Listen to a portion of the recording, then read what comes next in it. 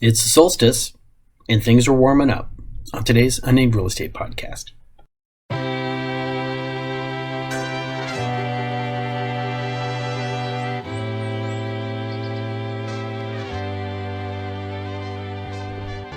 Hi there, my name is Charles Ray Dawson. I am the Associate Broker and Residential Sales Manager of ProStar Realty. This is the Unnamed Real Estate Podcast, episode 150. And it is the 21st of December, which is the solstice. And we got a little serendipity going on because of that. But thank you guys for tuning in. This is the show before Christmas. And so I hope everybody's got their shopping done. I'm doing this a little bit early so I can go out and get those last minute stocking stuffers and all that other stuff that, used to be you bought a gift, you gave a gift. Boom. Now it's you buy a gift, you buy another gift, you have a third gift, right? Then you have stuff to put in the stocking stuffers. And this and that and the other thing. And I don't even have kids. All right. But when you marry in one of those families that do stuff like this, it suddenly becomes, it's not just a holiday, it's an adventure. So, hey, let's just start at the top. We get this really cool little serendipity thing going on right now, that today is the solstice. For those of you guys who did not pay attention in high school science class or junior high science class or just the world at large because you were too busy watching Dancing with the Stars, what the solstice is that time of the year when the earth, everybody says, oh, the sun starts, earth starts getting closer to the sun, and that's not how the world works, right? Basically, science class for you guys, the earth is not perfectly up and down. All right. It's at a tilt. All right. And when the planet, let's call the microphone the sun. All right. So when you're like this and you're in the northern hemisphere, the higher part, as the sun comes around, okay, and you are tilted towards it, you get more sunlight in the summertime. Now, if you're in Australia, you actually get less. All right. Because of the tilt of the earth. All right. So as we've come around, we are now in the winter, and we are at that point, all right, where the earth, the northern hemisphere, is tilted the farthest away, all right, from straight up and down with the sun. So we are actually going to get less sunlight during this time period. And today is that day that happens. All right. Tonight will be the longest night of the year. And today will be the shortest day of the year. Starting tomorrow, and technically it's like 3:20 something Greenwich Mean Time, and I'm not explaining that to you guys. All right. We actually cross over that magic little point, and we start moving to this side where we start getting more sun the year round. All right. And if you want to know why that is, it's because the Vapin is spinning the entire time, 365.25 times every time around. Okay. See, nobody needs to go to college to learn these things. You just got to pay attention from the get-go. Winning. So, anyways, and because of that, we also have some really interesting stuff happens with the numbers. I wanted to call this right out, okay? Eye rolls from those people out there go, oh, God, he's talking numbers again. 104.5 for the Cromford Report number. This is actually going up. We are no longer sliding from a seller's market to a balanced market to a buyer's market. Okay, we have stopped and it has increased. Now, big asterisks on this. This is the slow time of the year. This is going to cause some noise in the data. All right. But as we see, as I continue on with the rest of the numbers, this might, for you guys who are looking for the low point of the market to buy, it's this week. All right. Actually, it was last week. All right. You guys missed it again. All right. And for you guys who are waiting for the crash, and we're going to discuss a certain gentleman who is, all right, well, lots of luck to you. So let's talk about the numbers, all right? All right, these are the numbers for December 21st, 2023. Actives this week are 15,347, down 272. That is its fifth week going down in supply. Our new listings are at 1,286, down 196. Understand that's a seasonality on that. Contracts are 1,611, also seasonality down 58. Closings are at 1,358. Coming soon to an MLS near you is 418. Expect that coming soon to jump up next week. All right. Our supply right now on the Cromford Report numbers is 65.5, which is actually going down All right. And our demand is at 68.4, which is the same as it was last week. All right. But that 104.5 used to be last week, it was 104, showing that trend line changing over. Let's take a look at the big board, all right? Knocking it down into our individual neighborhoods, all right? There's Chandler still starting to go up. Scottsdale is also up a point, month over month from last month. And Goodyear, 14% month over month. So if you bought in Goodyear this fall, and I know some of you have, all right, congratulations, you rode it out and it's reversed. We still have a lot of places that are still going down. Maricopa, Buckeye, Queen Creek, Cave Creek, all right, Surprise, all right. Paradise Valley leading the charge on that at -24. Remember, that's where the rich people live. They don't play the way normies play. All right. Biggest gainer right now was Goodyear. Like, seriously, they went from an 83 buyers or sellers market. No, 83 buyers market to a 94.4 balanced market inside of 1 month, right? Love to know what's going on out there, right? And our biggest loser outside of Paradise Valley was Cave Creek again, because nobody knows what's going on with Cave Creek. I almost wonder if Cave Creek is because it's sort of kind of luxury market, not as much as traditional as like Scottsdale would be, but you know, I would be really interested in going. In fact, I'll tell you what, for the VFW, I was actually looking at a Fry's, whether or not we wanted to put a Buddy Poppy sales point up at a certain Fry's, and I looked at it in the neighborhood, if I remember the metrics off the top of my head, for the postal codes in the immediate area, their average household income was over 100,000, and they're like something like 80% of them were over the age of 50. If I remember right. So it's definitely a place that the VFW wants to put a Buddy Poppy setup. But, you know, that particular area, okay, this is not your starter homes up there. This is, you know, not your Paradise Valley multimillionaire, but these guys are comfortably well off. So that might be where we see some of that. Are we having an impact out there where the comfortably well off are suddenly not so comfortable? Who knows?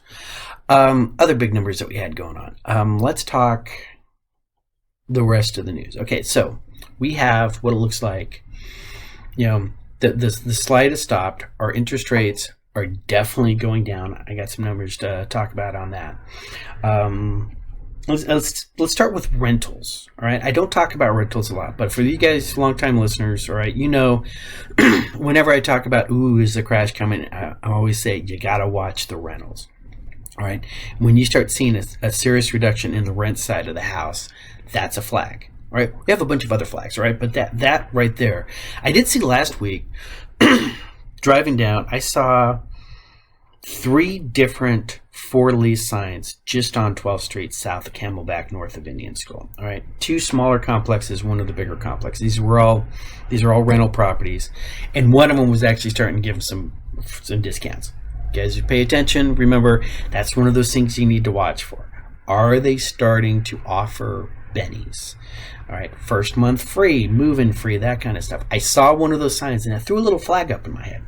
I also saw Alita, our commercial manager. She sent me an email earlier today noting that the build out on the apartment seemed to have maxed out. All right. Also a little flag, right? Put those little data points away. All right.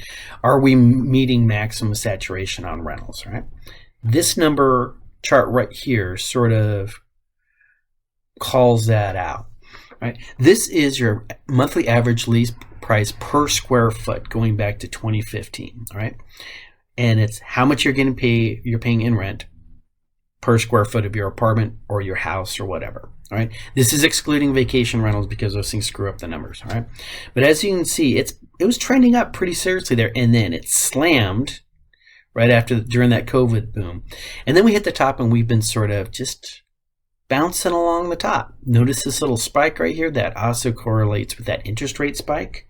When a whole bunch of people suddenly decided they were not going to be home buyers, and so they renewed their leases, sucking the inventory out of the market. All right. And we're in the middle of that seasonality trend line, but it's been pretty consistently $1.35 a square foot for quite some time now. All right. Going back as far away as mid-2022. right? And right now we're at $1.32 a square feet, 3 whole cents, all right, in the middle of a traditional end of the year seasonal downswing. All right, so let's keep an eye on this thing. We are actually at the point right now where salespeople can no longer say it's cheaper to own than to buy. We haven't been that way for a while, right? I would not start encouraging any real estate agents out there or lenders to start going, oh, it's cheaper to own than to buy, because actually it's sort of a push right now, right? So look at the other intangible benefits of being a homeowner, right? Number one is house appreciation, right? The reason why I'm saying this is we have a statistic here on this chart said that the net worth of the average homeowner is 44 times that of the average tenant. 44 times. If you're a tenant and you have $1 saved in the bank, I have 44. Right? Now, my money is not $44 in the bank. It's actually tied up in the house. That's the magic of appreciation, the magic of home ownership. Right? But keep an eye on that. These rents are going up. They're actually starting. It looks like they're actually starting to slow up a little bit on the multifamily permitting to build multifamily, because they're realizing they're starting to hit saturation right now. All right, supply has been moving up. Remember, home ownership supply, home housing supply. People buy to build a house to somebody to own a house is in a competition with rentals, right? Because they're both providing the same service to you, and that's housing. Right. So these two are in competition with each other. It's just how much can the consumer go from one direction or the other. Right. Let's keep an eye on this. But what we got going on right now is honestly what we're looking at. This is our turn. Alluded to it the last couple weeks before. We said when the interest rates come down, when they start hitting those magic numbers, you're going to see things start changing, and we're geared up. I mean, it's next week, right after Christmas, before New Year's. I expect to be hearing on the news that mortgage applications, which is the first step, spike up. They've already gone up a little bit as that interest rates go down. All right, because we're in the holidays, we do not get that immediate. Hey, interest rates are down to 6. Boom, everything blows up. Right, because we get the holidays screwing up our numbers. If this has been happening back in June, you'd definitely be seeing a spike right now. All right. What was the other bit I wanted to say? All right. We actually hit the low point of 404 or 104 last Monday and Tuesday. All right, and then we've been tracking up. That was the Monday on December 16th. So yeah, we've definitely got that turnaround going like that. All right. The other thing we got going on, all right, is housing market. All right, we're at about 70% of where we should be for housing transactions. That's supply, demand, and everything. And that has actually, last I heard, chased 100,000 real estate agents out of the national market. Right? They've gone back to do whatever it is they're doing before. Took their IT jobs back, opened up their OnlyFans account, bartending. All these things are stuff that I've considered being, if I ever got out of real estate, what would I do? Yeah, I'll just open up that OnlyFans account or something like that. So, with this surge coming in and all this pent-up home ownership demand, I'm excited. And with less agents out there to be on the market, we're looking really good year potentially to be a real estate agent. All right. I personally would like to have seen another 6 to 9 months of the culling to get rid of more of these part-timers and more of these, has-beens or never-weres. All right. But I'll take what I can take. All right. Especially if we see another membership rate increase starting next year so they can come up with the money to pay off their lawsuits. But let's talk about that for a second. Still have the multiple lawsuits going on. The previous one is still looking. They're trying to get it overturned. The Illinois case, they just approached the judge and said, "Hey, can you just give us a ruling one way or the other? All right, let's not bother about having to pay court costs and get a jury in here. Just tell us what you think, kind of thing. We'll see how that continues up. The Department of Justice was trying to get their settlement statement, and then they turned around and decided they didn't like the last one again. So they're still dangling around out there like the sword of Damocles. I'm actually starting to wonder at this point if maybe NAR and the other players in that aren't thinking, hey, if we just push this back another year, all right, if we can keep them tied up another year, we're going to have a new administration in there. Right, and if the new administration is the same as the previous old administration, I'll bet you that old administration will be quite happy to pick up with the settlement we already had written, signed, and in the can before the current administration decided, nah, dog, just because the federal government has made a promise to you does not mean that we are obligated to uphold that promise once we're in power. So, trying not to get political on this whole thing, but from that standpoint, it might actually make more sense for NAR and these guys to say, hey, we'll just push this off. All right. Why do you think we should push this off? Well, look at the polling numbers. All right. Look at how this is going at. Do you really think this administration that we currently have is going to be there in a year, in a month, year plus a month? All right. That's seriously worth a gamble. So they might be looking at along those lines. But this is all big top end stuff. For you, the consumer, what does this mean? If you're getting ready to sell, okay, it's going to be a good spring to sell. All right, going to be a lot of buyers coming on the market, a lot more buyers than we've seen over the last year or so. You didn't take a hit in appreciation. You might not have appreciated that much. Definitely not like the numbers we saw back in 21, 22.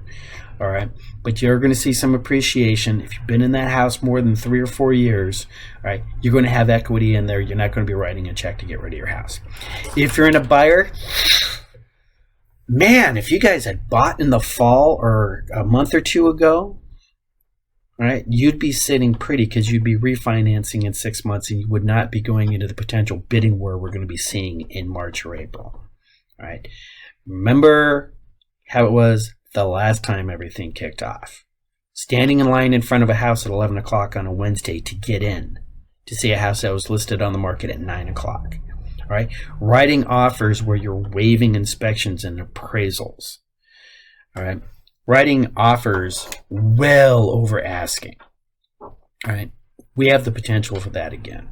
All right? I'm not saying it's going to happen, but the potential is definitely there. We have a lot of pent-up demand in the market right now. We have interest rates that are literally in the low sixes. 30-year FHA rate. All right, this is from the Crawford report. This is not from an actual lender or anything like that. So, all right. But December 15th, the rate for a 30-year fixed was 6.64. All right, that was conventional. For an FHA rate, it was 6.14. Right, sometime mid-January, we're going to be seeing a 5 in front of all that, and that's going to kick a lot of people loose. I ran these numbers again, and I can tell I'm starting to get into ranting and repeat myself. But I wanted to show you guys this chart that we did this months ago. All right, this was your principal, interest, insurance, and association fees without the taxes for a $400,000 house, putting $20,000 down plus your closing costs. All right, and I calculated that whole thing out with a 5% FHA loan. All right, all right, you were borrowing $386,000 on that. All right, because you're 5%, blah blah blah blah. All right, your monthly payment was getting estimated about $2,758. All right. Then I showed you the number of what it'd be at 5%, and then back to 3.5. All right, and was showing you that delta, that $900 difference between 3.5 and 7.25.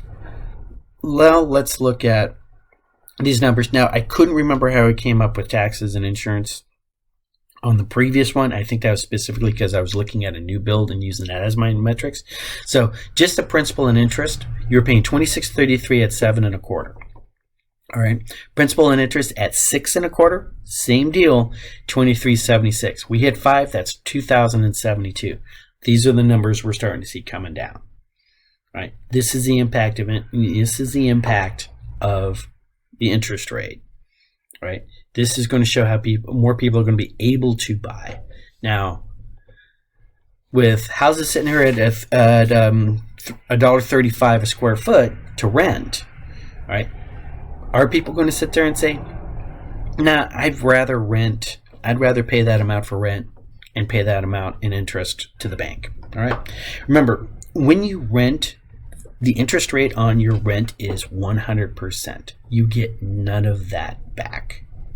All right. When you buy, you're paying against the principal, and your asset, your home, is appreciating. Now, I almost threw up in my mouth when I called your home an asset, because I don't believe your home should be treated as an asset. All right, because it's not. It shelters you. You should not borrow against it. But ultimately, the same mechanism that make any asset, like a stock or a bond or whatever, appreciate, the mechanism is the same for home ownership. All right, so 44 times net worth between a renter and a homeowner. 44 times. And when you were looking at retirement, if you ever plan to retire, buying when you're in your 30s and getting on that escalator will pay off when you hit 65, 70 and decide it's time for you to retire. Especially if you're smart, you never refinance, and you never got a new home because you bought your first time home. And when you bought your first home, you bought it as your forever home, and you stayed in there until it was time to retire and downsize. You'd be sitting pretty, regardless what the stock market does, regardless of, well, dollar could collapse. Let's be honest, but that's outside the scope of this podcast. That being said, other things that are outside of the scope, let's see what is inside of the scope of this podcast. Wishing you guys all a Merry Christmas. All right, we're going to have one more wrap up before the new year. I might go back and see, did I even bother to make, try to do a prophecy of what I thought the year was going to be, knowing full well that nobody had any idea? Was I that foolish? Let's find out. That will be within the scope of this podcast. Making sure you guys watch your children and pets around the water. Definitely. Like number 2 reason why this podcast exists, besides my own ego. Working your circles, having a very Merry Christmas, and if I don't see you then, a Happy New Year. And I will talk to you guys later. Thank you very much.